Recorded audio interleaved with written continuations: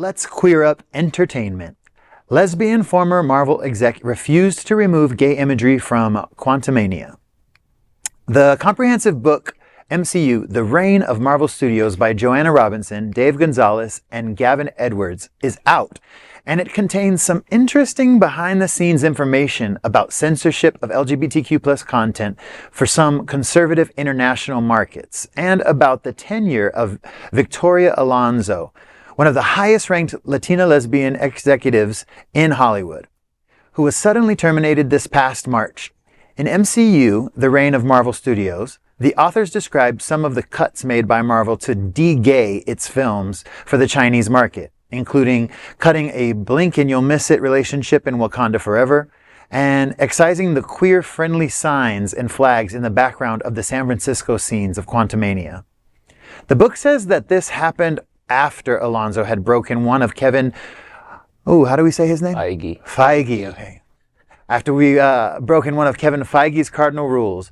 Don't speak out publicly against the company for joining public pressure encouraging Disney to speak out against Florida's Don't Say Gay bill in 2022. According to the author's sources, after the Don't Say Gay outcry, Feige reportedly cautioned Alonso to keep her head down and do the work. It's long been assumed by fans that Marvel has made cuts to gay storylines and relationships in part to make their films more palatable for conservative markets. You know, I became very interested in this story, particularly because she's Latina. She's one of the highest Latina lesbians in the industry. I mean, she became one of the, leading executives at Marvel. And she's Argentinian.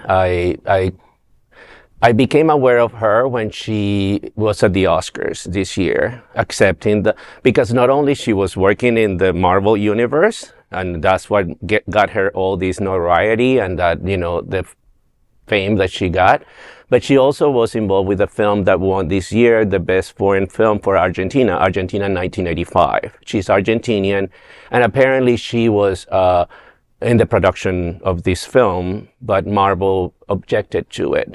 Apparently she has informed them, and they knew about it, but then they became upset when she was publicly campaigning for the film, leading towards the Oscar. And the film won the Oscar, so she was there. And after that, everything, came down. But apparently there is more to the story. I mean, all these different things. I mean, she was basically fighting for us and fighting for our community.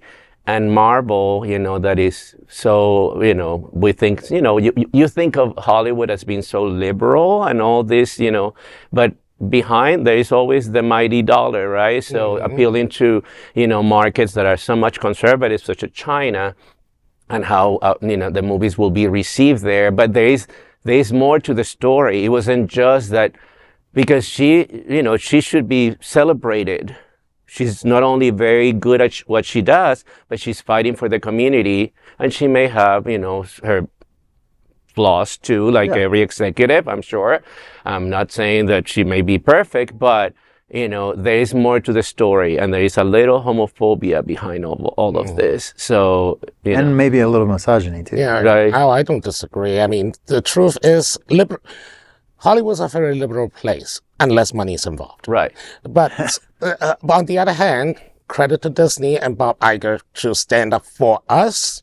And although I think it's more like, he just hates around the sentence, but that's fine. Yeah, I support that as well. Yeah, I know. Enemy of my enemy is, yeah. That's right. Anyways, the thing here is that Marvel could have just done the scene and cut it for the international market. I get it. I mean, the Chinese government is notorious for censorship, and if you don't do what they want, they'll cut it. That's why practically the Transformers producer literally now just shoot in China now, because Transformers is huge there. And that's why, Mark Wahlberg said, literally used Chinese to say that, speaking Chinese to say that, Taiwan is part of China and piss off half the people. And so, but as Chinese economy wind down due to the incoming debt bubble crisis, there's a long story. Maybe they would influence less because, they contribute to the box office totals less. But It's still huge. It's still huge. It's still huge. Huge, but you can have two versions. You can have a US version or the Western Europe version versus rest of the world versions. I mean, people do it for cars. People do it for hell, they do it for radio. Cut out the swear word, and I mean, everyone think if you think CeeLo says forget you instead of the other F words. Yeah. But what do y'all think about we talked about it having a different U.S. version and a different Chinese version, but even in the United States, oftentimes when we have LGBT representation, we see these massive boycotts of some of these studios or protests against some of these movies. How do we think if you were in a position like that, what would in an executive position like that? What do you think? Well, he touched on Disney. And Disney is a perfect example. You gotta stick to your guns, right? So Disney was facing a big problem here in Florida. I mean, Orlando was built on Disney. And this guy here just decided to give him, hell. Well, they stuck to their guns. They face a lot of opposition and a lot of losing money. I mean, it's business, we understand. But look at it, it's working out well for them. I mean, he had to backtrack, Ron DeSantis. So, we're seeing it again with books too. I mean, we see that, books in certain part of the countries are being censored. So, it's not just films. I mean, it's happening. The cultural movement in this country is going through that.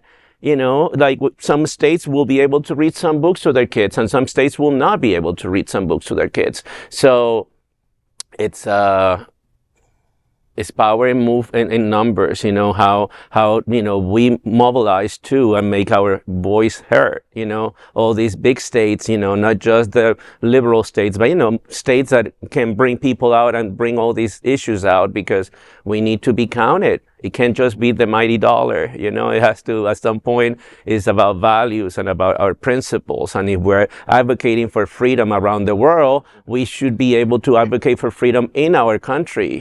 Ultimately, there will be complaints no matter what. I mean, new Little Mermaid, the new Pixar thing, they always, people will always complain. You changed. Oh my God, there's a female protagonist in a video game. It's ruined. You ruined my childhood by having a woman in Star Wars as a main character. Bond is a woman. James Bond is a woman or black. Oh my God. Or the Little Mermaid is black now. The intersection of money and art will always cause a dilemma for producers. But a lot of times these are very small minority of people making a whole lot of noise, and that gives them media attention. Doesn't mean that we are evenly split on those issues. I think the two things that I take away are, one, I think the conversation has changed so drastically where now the LGBTQ community, we really like checking boxes and like defining who we are, right? But the reality is it's a spectrum. Like sexuality is a spectrum. How you express yourself can be a spectrum from masculine to feminine and anything in between. And I think that being part of the conversation and that being a reality for a lot of the younger generations and just part of the norm is amazing. And then you have Miss Alonso, who is like a pioneer and goes straight back to the AIDS epidemic and how it knocked out 2 generations, as you put it. Now we have people in leadership who have they are representing us. They have the background and the understanding of where our community comes from. You just spent time with Chasten Buttigieg. You know what I mean? Like it's pretty incredible. We have Uber gays. I mean, Tim Cook. The Uber gay of everything. I mean, the man runs Apple. Right, but it takes guts to make the first move. I mean, probably wasn't easy for Tim Cook to first say it. But now that he's seeing like people who are his contemporaries are across the board in public eye, I mean, legislators, judges, attorneys, like it's pretty cool to see that happening. Hopefully that progresses even more so. And it's interesting you say that because, I as a young person, we have all these conversations about, it's the first like LGBT lead in this genre or this genre or this book or this role. And I think what's so interesting is I've noticed, like, as I've started watching movies and TV shows with LGBT lead characters, I literally don't even notice. I quite literally don't even recognize, like, it doesn't even acknowledge, it's click in my mind it's just a that there's a queer lead to that until I open up the headlines on the movie, and it's like all this, all these, oh my God, it's a gay kiss and a gay whatever. And it seemed to me before I see the headline, it seems to me like it's just any old movie that I would have watched before. Right, and it blows my mind that you go through this because obviously I'm much younger. Yeah. I remember when I saw my first movie, Torch Song Trilogy. It blew my mind. It was just like, I was like, oh my God, probably that's what got me out of the closet. It was just, it was such an event for me. And for you, it's kind of like, I didn't even think about it, until somebody, created some fuss. But back then, it was everywhere. So somebody has to take a chance. Somebody has to make a move. Victoria Alonso did, and kudos to her. Tim Cook, whoever it is in your field, somebody has to create, movement. And it's always traumatic at first, but we need to start talking about it. And that's what's important about this. So kudos to her.